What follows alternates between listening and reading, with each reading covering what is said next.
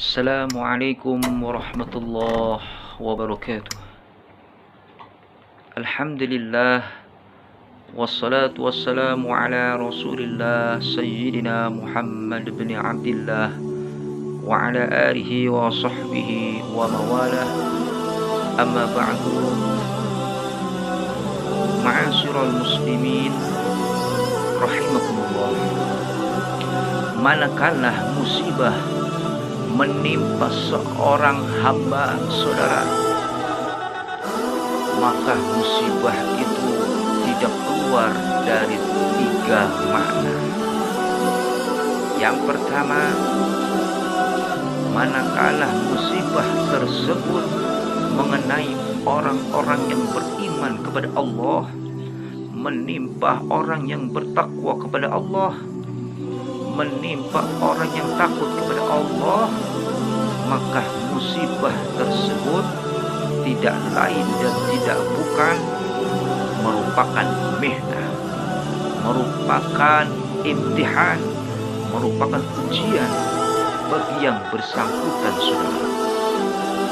Itulah musibah yang menimpa para anbiya, para rasul, para aulia, para atqiya, saudara. Semakin tinggi ketakwaan seseorang kepada Allah, maka saudara, ujiannya akan lebih besar. Untuk apa hamba-hamba yang bertakwa tersebut diuji oleh Allah Subhanahu wa ta'ala, saudara? Tidak lain dan tidak bukan adalah untuk meninggikan derajat mereka di sisi Allah Subhanahu wa ta'ala. Yang kedua, manakala musibah tersebut menimpa seorang muslim, dia baik, tapi kadang-kadang masih suka maksiat, saudara.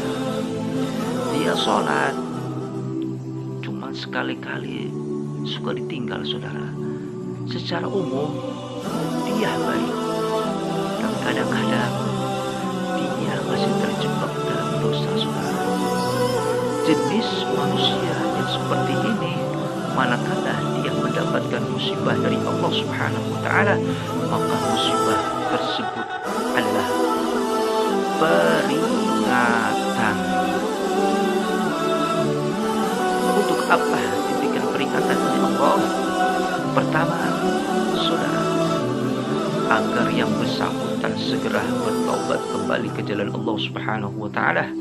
Dan yang kedua, begitu dia bertobat ke jalan Allah, itu akan menjadi pensuci dirinya dari dosa yang pernah dia lakukan, saudara. Ternyata musibah itu ternyata bisa menghapuskan dosa. Alhamdulillah. Yang ketiga, manakala musibah tersebut menimpa orang yang tidak ada kebaikan dalam dirinya, saudara, selalu berbuat maksiat kepada Allah, selalu durhaka kepada Allah, tidak taat, hidupnya bergelimang maksiat, tiada hari tanpa dosa, seperti orang-orang munafik, orang-orang musyrik, orang-orang kafir, orang-orang yang musyrik, saudara. Maka manakala musibah mengenai mereka, itu merupakan azab siksa dari Allah Subhanahu wa ta'ala. Jadi kalau kita mau tahu manakala musibah menimpa kita, kita mau tahu ini ujian atau peringatan atau azab, maka periksa diri kita masing-masing, saudara.